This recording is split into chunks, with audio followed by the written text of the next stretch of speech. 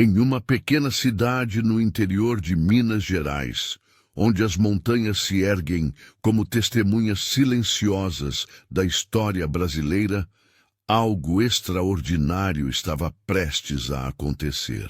Na noite de 30 de julho de 2025, enquanto milhões de brasileiros acompanhavam atônitos o anúncio das tarifas impostas por Donald Trump contra o Brasil, um menino de apenas 4 anos acordou de forma abrupta, com os olhos arregalados e uma expressão que gelou o sangue de seus pais. O Brasil, país de dimensões continentais com mais de 215 milhões de habitantes e a maior economia da América Latina, acabou sendo classificado pelo governo dos Estados Unidos como uma ameaça incomum e extraordinária à segurança nacional.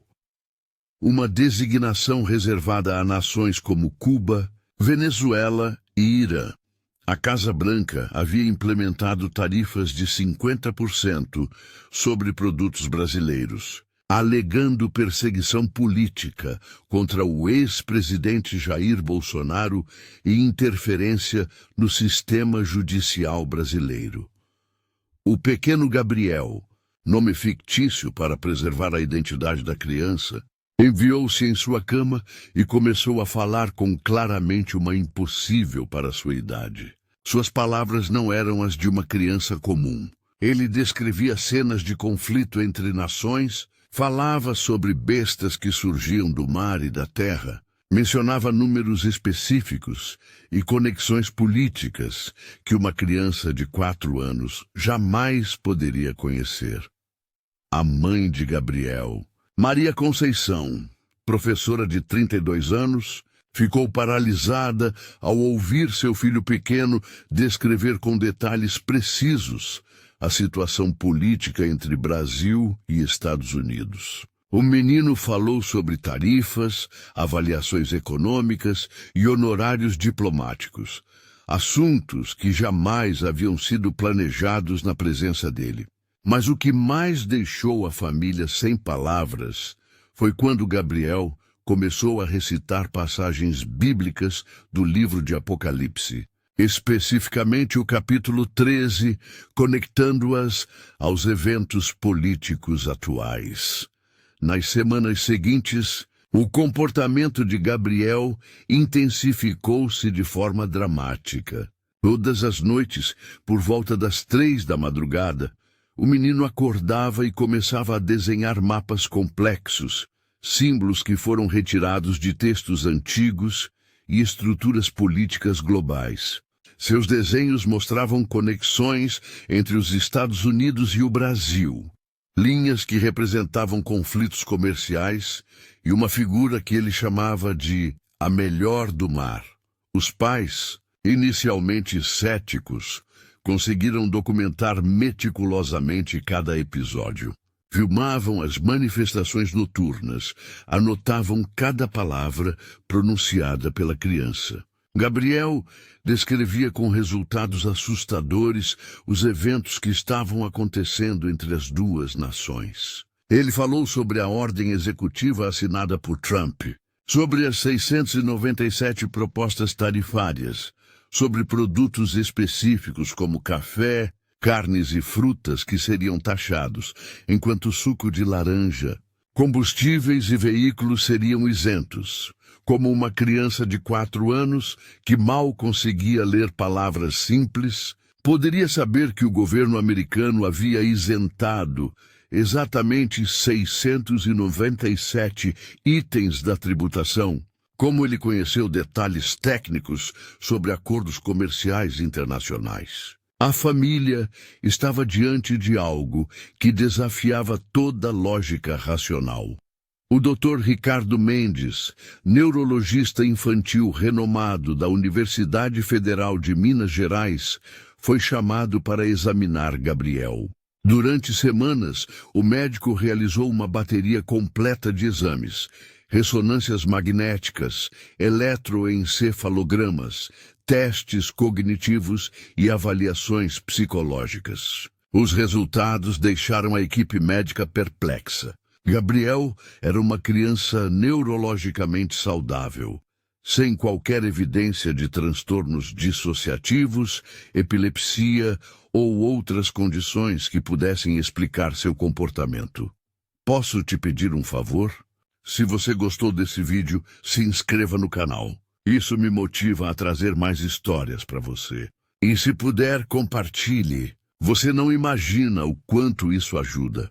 Enquanto os exames médicos não apresentavam respostas, a família decidiu buscar orientação espiritual. O padre Antônio Silva, teólogo especializado em escatologia bíblica pela Pontifícia Universidade Católica do Rio de Janeiro, foi convidado para conversar com Gabriel. O que aconteceu naquele encontro mudaria para sempre a compreensão do caso. Gabriel, diante do teólogo, começou a explicar com uma profundidade assombrosa as profecias do livro de Daniel e do Apocalipse. Ele descreveu a visão das 4 melhores de Daniel, capítulo 7, explicando como cada uma representava impérios sucessivos da antiguidade. Depois, com uma naturalidade perturbadora, conectei essas profecias antigas aos eventos políticos contemporâneos entre os Estados Unidos e o Brasil. O menino falou sobre Apocalipse 13, onde 2 bestas estão descritas, uma que emerge do mar, representando o poder político opressor, e outra que surge da terra, simbolizando a autoridade religiosa enganosa. Com voz firme e olhar penetrante, Gabriel afirmou que as tensões entre Trump e o governo brasileiro eram manifestações dessas forças proféticas em movimento. A Bíblia descreve no livro de Apocalipse 13, 1-2, "E eu pus-me sobre a areia do mar, e vi subir do mar uma besta que tinha 7 cabeças e 10 chifres. E sobre os seus chifres 10 diademas, e sobre as suas cabeças um nome de blasfêmia. E a besta que vi era semelhante ao leopardo, e os seus pés como os de urso, e a sua boca como a boca de leão. E o dragão deu-lhe o seu poder, e o seu trono, e grande poder." Gabriel explicou ao padre Antônio que a melhor do mar representava sistemas políticos mundiais que se opunham aos princípios divinos. Ele falou como os Estados Unidos, especificamente identificado por alguns estudiosos proféticos como uma potência do fim dos tempos, exercendo pressão econômica e política sobre o Brasil em 2025. O teólogo ficou estupefato.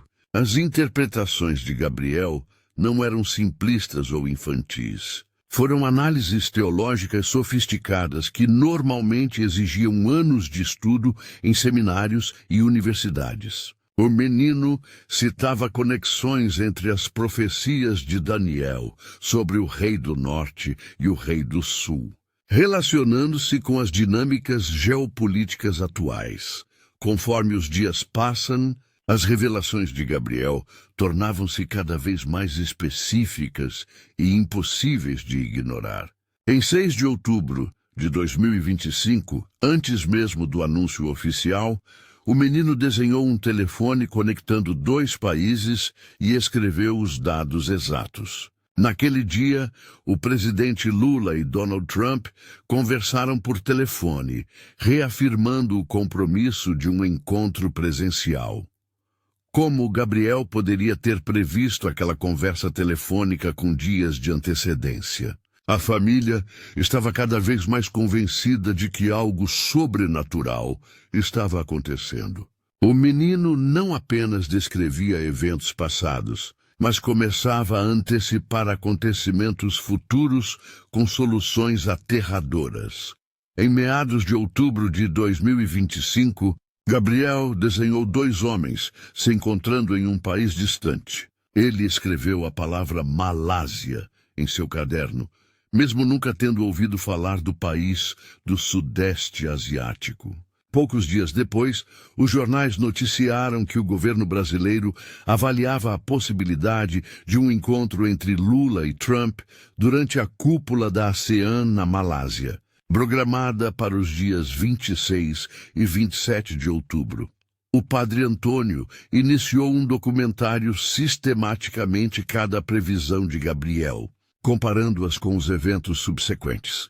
A taxa de acerto era assustadoramente alta. O menino mencionou que as conversas entre os chanceleres dos dois países aconteceram em meados de outubro, e no dia 16 de outubro, o ministro das Relações Exteriores do Brasil, Mauro Vieira, se reuniu com o secretário de Estado americano, Marco Rubio, em Washington.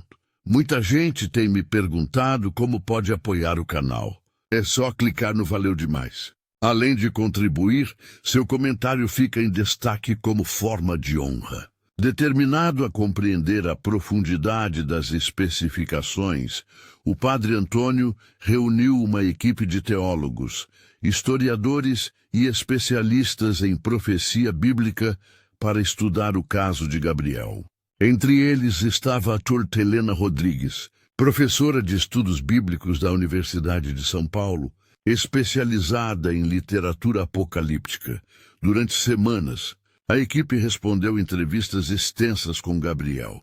O menino apresentou conhecimento sobre interpretações históricas das profecias de Daniel e Apocalipse, que surpreenderam até os acadêmicos mais experientes. Ele explicou como diferentes tradições religiosas, católica, protestante e evangélica, interpretam as melhores apocalípticas e suas manifestações no tempo presente. Gabriel descreveu em detalhes como, ao longo da história, estudiosos proféticos identificaram os Estados Unidos como um poder significativo nos eventos do fim dos tempos. Ele traz a profecia de Daniel 2, que descreve uma estátua com pés de ferro e barro, representando uma aliança frágil entre nações poderosas. O menino conectou essa imagem profética à relação assustadora entre Estados Unidos e Brasil em 2025. Madora Helena ficou particularmente impressionada quando Gabriel citou interpretações teológicas complexas sobre Apocalipse 3, 11-12, que descreveu uma segunda besta emergindo da terra.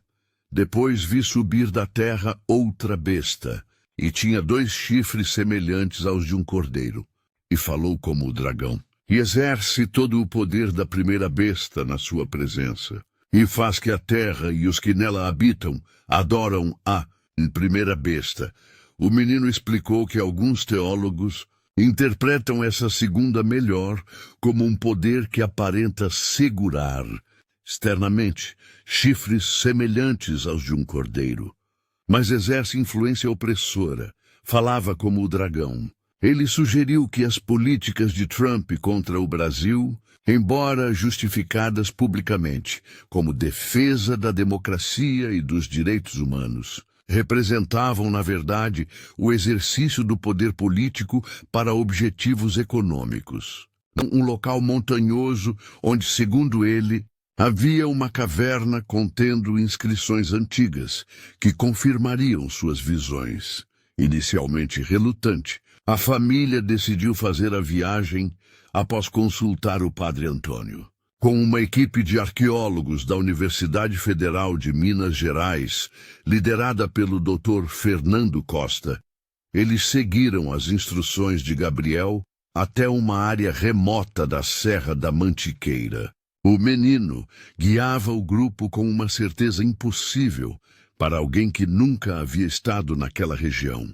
Após 2 horas de caminhada, Gabriel parou diante de uma formação rochosa, aparentemente insignificante, e disse, "É aqui." Os arqueólogos, seguindo o protocolo científico, começaram a escavar cuidadosamente. Em poucos dias, abriu a entrada de uma caverna que permaneceu oculta por séculos. No interior da caverna, a equipe encontrou inscrições em hebraico antigo e aramaico, datadas preliminarmente do período intertestamentário, entre os séculos II AC e I DC, As inscrições continham textos surpreendentemente semelhantes às visões descritas por Gabriel. Mencionavam conflitos entre grandes nações no tempo do fim, abordavam políticas e a manifestação de poderes que oprimiam nações mais fracas. Fernando Costa, arqueólogo com mais de 20 anos de experiência e membro da Sociedade Brasileira de Arqueologia, admitiu em entrevista: "Em toda a minha carreira, nunca testemunhei algo assim. A precisão com que essa criança nos guiou até este local, sem nunca ter estado aqui antes, desafia qualquer explicação racional. E as inscrições que encontramos, elas parecem validar as conexões proféticas que Gabriel tem feito entre eventos bíblicos antigos e acontecimentos políticos contemporâneos." Esse tema é profundo. Qual é a primeira palavra que vem à sua mente quando pensa nisso? Deixa aqui nos comentários. Enquanto a história de Gabriel começava a ganhar atenção nacional, relatos semelhantes surgiram em outras partes do mundo. Em Portugal, 3 crianças em uma pequena vila próxima a Fátima, local historicamente significativo por causa das aparições marianas de 1917, relatando experiências semelhantes, fazendo conexões entre profecias bíblicas e teóricas geopolíticas atuais. Na Coreia do Sul, um menino de 5 anos surpreendeu sua família ao desenhar mapas detalhados das relações comerciais entre Estados Unidos, China e Brasil, descrevendo como essas dinâmicas cumpriram padrões proféticos descritos no livro de Daniel. No Quênia, uma menina de 6 anos começou a recitar em aramaico antigo, língua que nunca havia treinado, passagens proféticas sobre conflitos entre nações no tempo do fim. O Vaticano, através da Congregação para a Doutrina da Fé, iniciou uma investigação discreta sobre esses casos. Embora a Igreja Católica seja tradicionalmente cautelosa com relatos de manifestações sobrenaturais, a semelhança entre os relatos e a precisão das informações fornecidas pelas crianças levantaram questões que não puderam ser simplesmente ignoradas. Para compreender plenamente as revelações de Gabriel, é essencial entender o contexto político que ele estava descrevendo. Em julho de 2025, o presidente Donald Trump assinou uma ordem executiva que classificou o Brasil como ameaça incomum e extraordinária à segurança nacional dos Estados Unidos. Esta classificação colocou o Brasil na mesma categoria de países considerados hostis por Washington, como Cuba, Venezuela e Irã. As tarifas de 50% impostas sobre produtos brasileiros foram justificadas pela Casa Branca como resposta à suposta perseguição política contra o ex-presidente Jair Bolsonaro e milhares de seus apoiadores. O comunicado oficial da Casa Branca declarou: "A ordem conclui que a perseguição política, intimidação, assédio, censura e processos judiciais contra o ex-presidente brasileiro Jair Bolsonaro e milhares de seus apoiadores, especificamente graves abusos de direitos humanos que minaram o Estado de Direito no Brasil.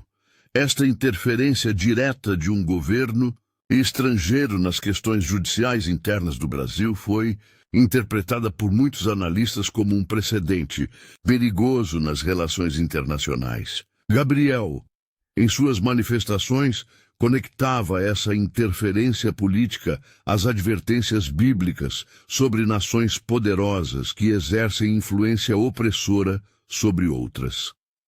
O livro de Daniel, especialmente os capítulos 7 e 11, descreve conflitos entre o rei do norte e o rei do sul, terminologia profética que os estudiosos ao longo dos séculos interpretaram como representando grandes potências mundiais em conflitos nos últimos dias. Gabriel argumentou que a pressão entre os Estados Unidos e o Brasil refletiam esses padrões proféticos.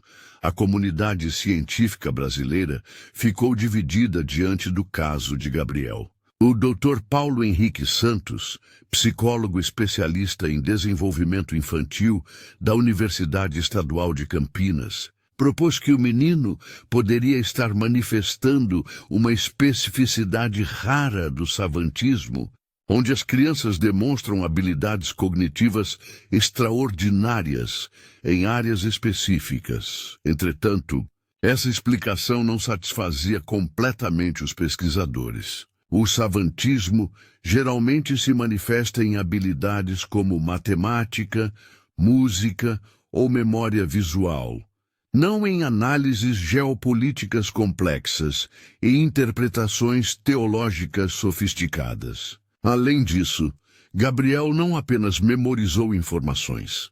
Ele fez conexões originais e específicas que posteriormente foram confirmadas. Uma doutora Mariana Oliveira, neurocientista da Universidade Federal do Rio de Janeiro, converteu estudos de neuroimagem em Gabriel.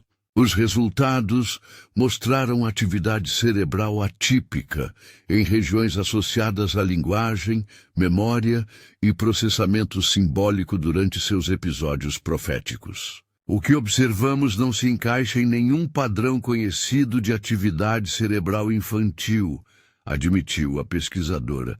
Posso te pedir um favor? Se você gostou desse vídeo, se inscreva no canal. Isso me motiva a trazer mais histórias para você. E se puder, compartilhe. Você não imagina o quanto isso ajuda. Uma das contribuições mais notáveis de Gabriel foi sua interpretação detalhada das duas bestas descritas em Apocalipse 13. O menino explicou que a primeira besta, que emerge do mar, representa sistemas políticos mundiais que exercem controle através do poder econômico e militar. O mar, Gabriel explicou com uma clara perturbadora, representa as nações instáveis e agitadas, conforme Isaías 17, 12 e 13 descrito. A besta que surge desse mar tem autoridade sobre toda tribo e povo e língua e nação, significando um sistema político global ou uma potência mundial dominante. Ele prosseguiu, descrevendo como os Estados Unidos, particularmente sob a administração de Trump em 2025, exercendo precisamente esse tipo de autoridade global. As tarifas de 50% contra o Brasil, as avaliações contra autoridades brasileiras, incluindo o ministro Alexandre de Moraes, do Supremo Tribunal Federal, e a classificação do Brasil como ameaça à segurança nacional, eram manifestações desse poder opressor. A segunda melhor, que emerge da terra, Gabriel explicou, representa o poder religioso ou ideológico que parece benevolente externamente, chifres semelhantes aos de um cordeiro, mas que na verdade promove o desejo à primeira melhor, ou seja, submissão ao poder político opressor. O menino sugeriu que a retórica de Trump sobre a defesa da democracia e dos direitos humanos no Brasil, enquanto simultaneamente impunha avaliações econômicas devastadoras, exemplificava essa dualidade profética. A aparência de humildade mascarando o exercício do poder político.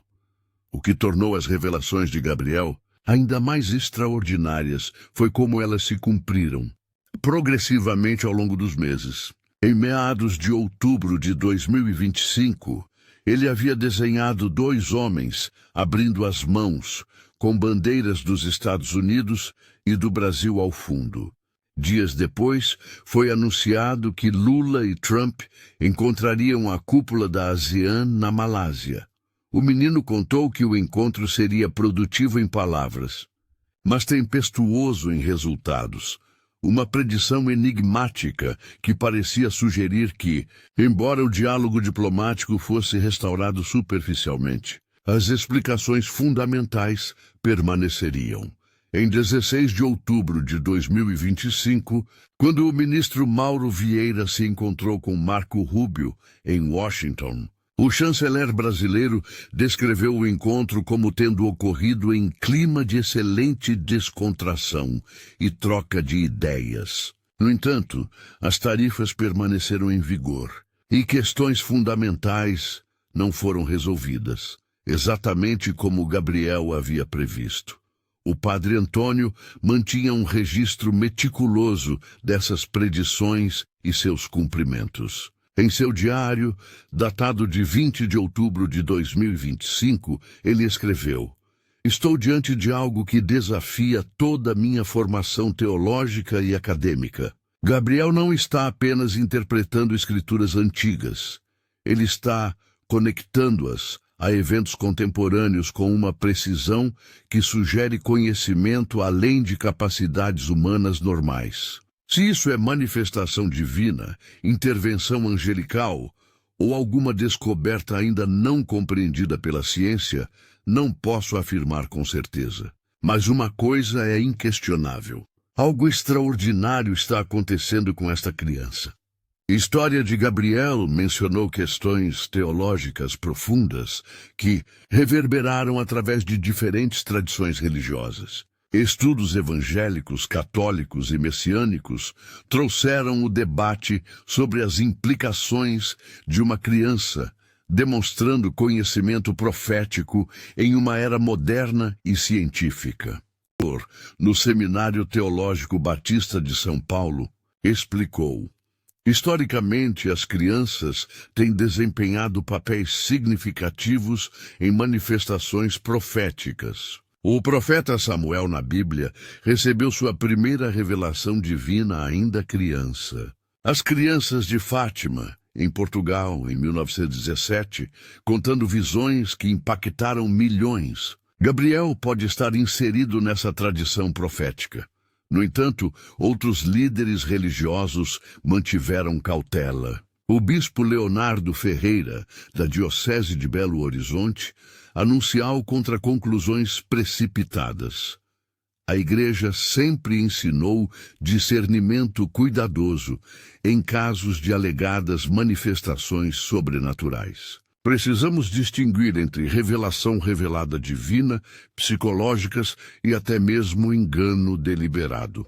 A história de Gabriel requer investigação extensa antes de qualquer afirmação definitiva. Essa tensão entre abertura ao sobrenatural e ceticismo saudável refletiu o dilema mais amplo que a sociedade moderna enfrenta ao confronto específico que desafiam respostas puramente materialistas. Muita gente tem me perguntado: como pode apoiar o canal? É só clicar no Valeu Demais. Além de contribuir, seu comentário fica em destaque como forma de honra. Um dos aspectos mais controversos das revelações de Gabriel dizia respeito à marca da besta, descrito em Apocalipse 13, 16, 17, e faz que a todos, pequenos e grandes, ricos e pobres, livres e servos, sejam postos um sinal na sua mão direita ou nas suas testas, para que ninguém possa comprar ou vender, senão aquele que tiver o sinal, ou o nome da besta, ou o número do seu nome. Gabriel interpretou essa passagem não como uma marca física literal, mas como representando sistemas de controle econômico que nações poderosas exercem sobre outras. As tarifas de 50% impostas por Trump contra o Brasil, ele argumentou, eram uma forma moderna de marca um mecanismo de controle que determinava quem poderia participar plenamente do comércio internacional. Se o Brasil não se submete aos critérios políticos dos Estados Unidos. Gabriel explicou com uma maturidade desconcertante. Suas empresas e produtos são excluídos do mercado americano através de tarifas proibitivas. Isso é controle econômico usado como ferramenta de dominação política. Exatamente o que a profecia anunciava. Economistas como o Dr. Roberto Almeida, professor de Relações Internacionais da Fundação Getúlio Vargas, Admitiram que, independentemente das interpretações proféticas, Gabriel havia identificado corretamente um padrão preocupante nas relações internacionais contemporâneas. O uso de avaliações econômicas e tarifas como ferramentas de pressão política tem se intensificado nas últimas décadas, observou o professor. Isso levanta questões éticas sobre a soberania nacional e o direito de nações menores determinarem seus próprios rumores políticos sem interferência econômica coercitiva. Gabriel também ofereceu interpretações fascinantes sobre o número 606, mencionadas em Apocalipse 13:18. Aqui a sabedoria. Aquele que tem entendimento, calcule o número da besta, porque é o número de um homem. E o seu número é 666. Diferentemente de interpretações sensacionalistas que tentavam identificar indivíduos específicos por meio de cálculos numerológicos arbitrários, Gabriel explicou que o número 666 representa a imperfeição humana, ficando aqui no número 7, que na numerologia bíblica, a perfeição divina. Não é sobre identificar uma pessoa específica como o anticristo, o menino explicou. É sobre reconhecer sistemas humanos imperfeitos que se opõem aos princípios divinos. Quando as nações exercem o poder opressivamente, quando a justiça é sacrificada por interesse político, quando o forte subjuga o fraco, isso manifesta o espírito representado por 666.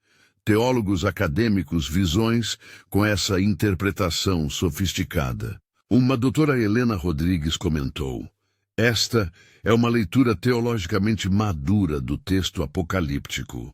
Gabriel não está propondo teorias conspiratórias simplistas, mas oferecendo uma hermenêutica, um método interpretativo, no que conecta princípios éticos atemporais a manifestações contemporâneas de injustiça sistêmica. Uma questão central nas revelações de Gabriel era o papel dos Estados Unidos nas profecias do fim dos tempos. Diferentes tradições teológicas têm interpretado esse papel de diversas maneiras.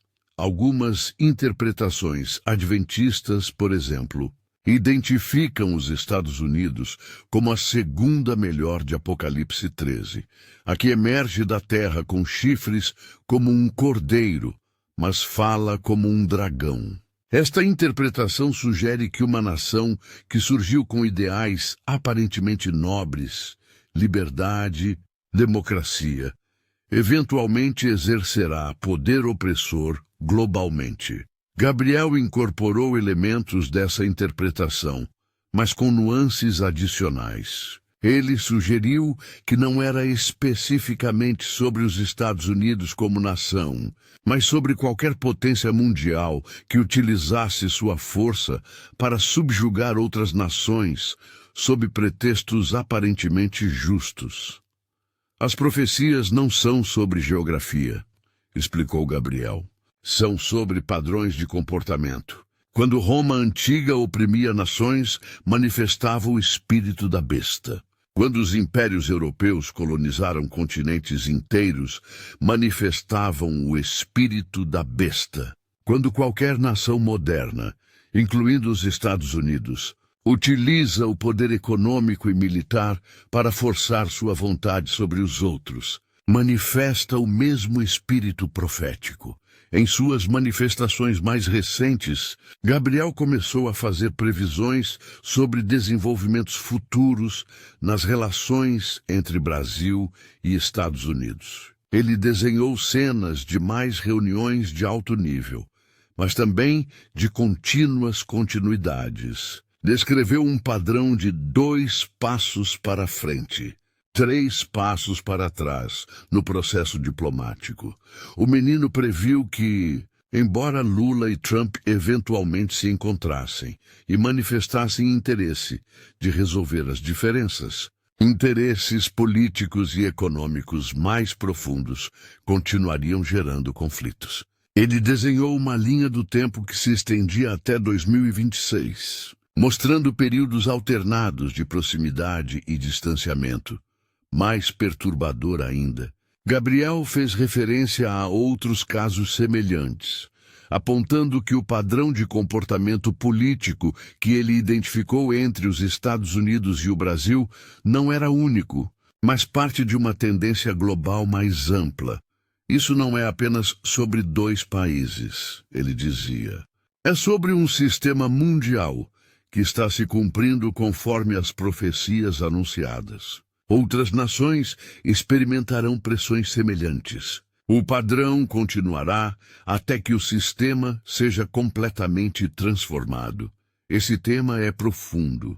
Qual é a primeira palavra que vem à sua mente quando pensa nisso? Deixa aqui nos comentários. A história de Gabriel começou a atrair atenção internacional no final de outubro de 2025. Pesquisadores de universidades ao redor do mundo solicitaram permissão para estudar o caso. A Sociedade para a Pesquisa Psíquica de Londres manifestou interesse. O Instituto de Ciências Noéticas na Califórnia ofereceu financiamento para estudos extensos. Simultaneamente, líderes religiosos de diferentes tradições criaram um debate sobre implicações teológicas. Rabinos estudiosos do misticismo judaico notaram semelhanças entre as visões de Gabriel e textos apocalípticos judaicos, como o livro de Enoque. Estudiosos islâmicos compararam seus relatos com hadices sobre os sinais do fim dos tempos. Esta convergência de interesse científico e religioso criou um momento raro de diálogo interdisciplinar.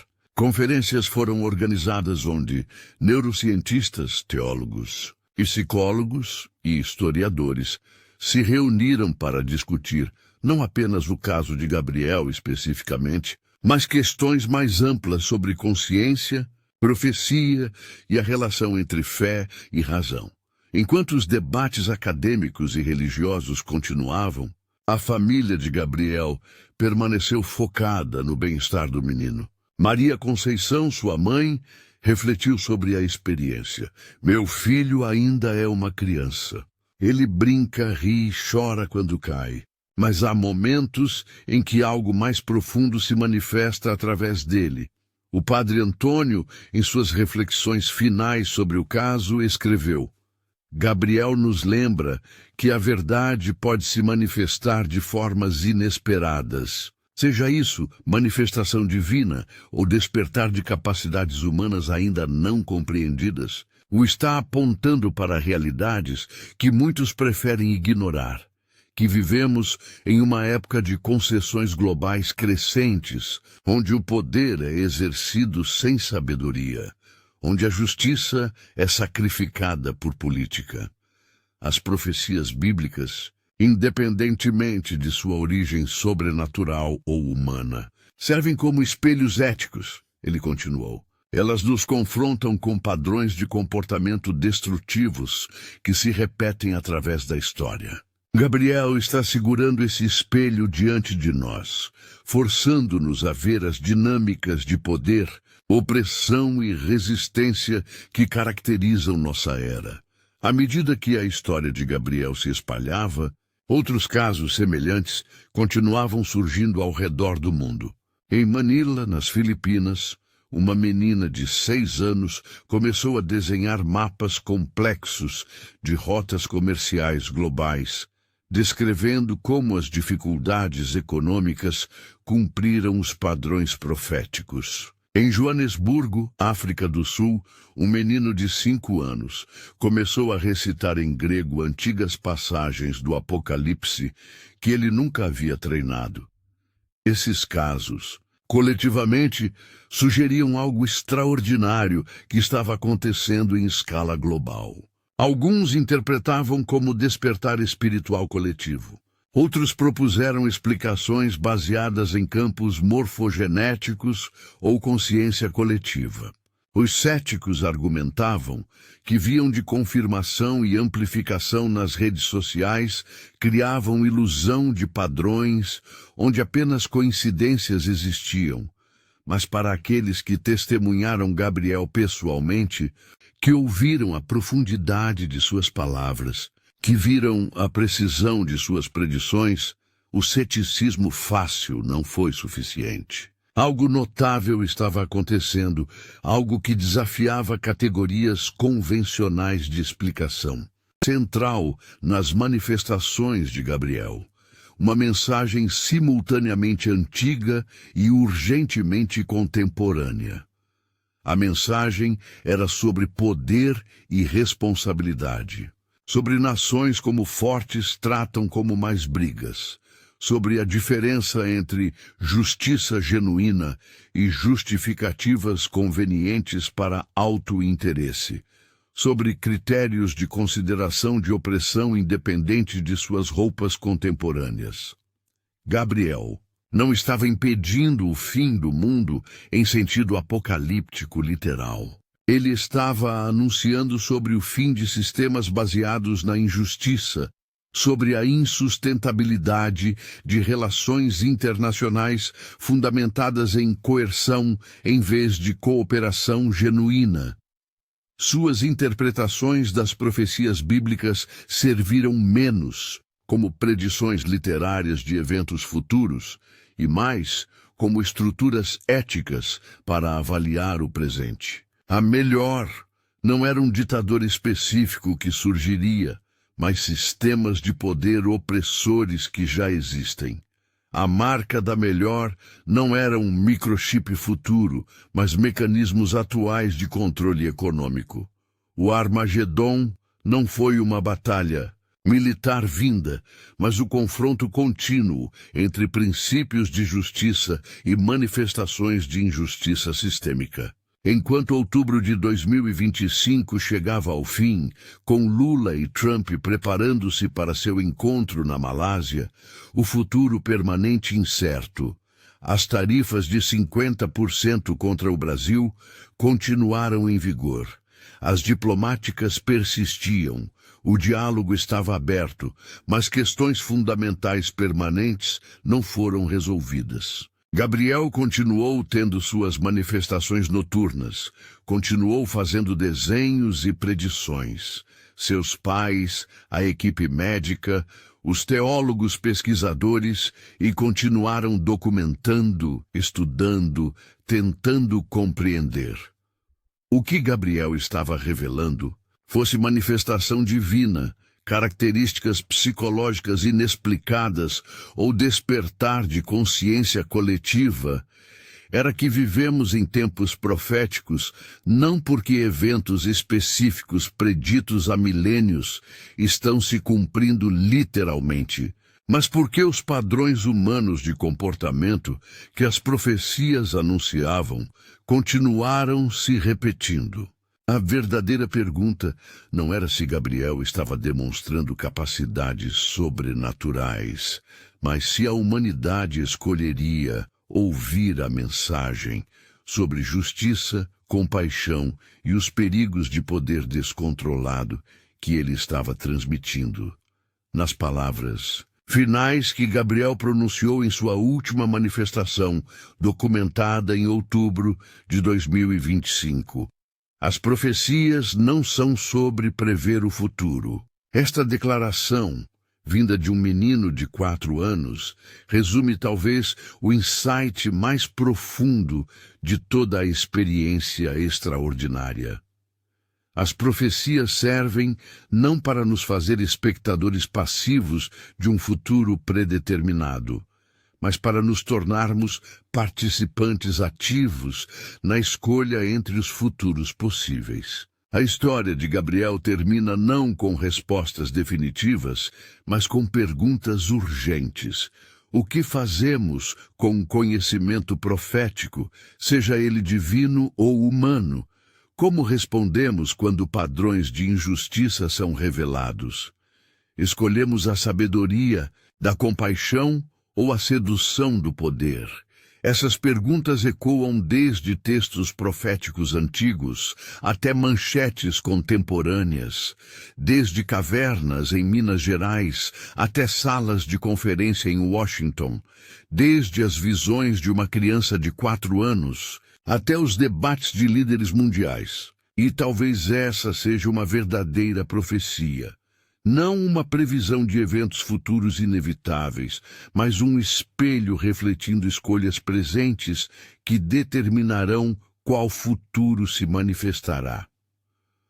Posso te pedir um favor? Se você gostou desse vídeo, se inscreva no canal. Isso me motiva a trazer mais histórias para você.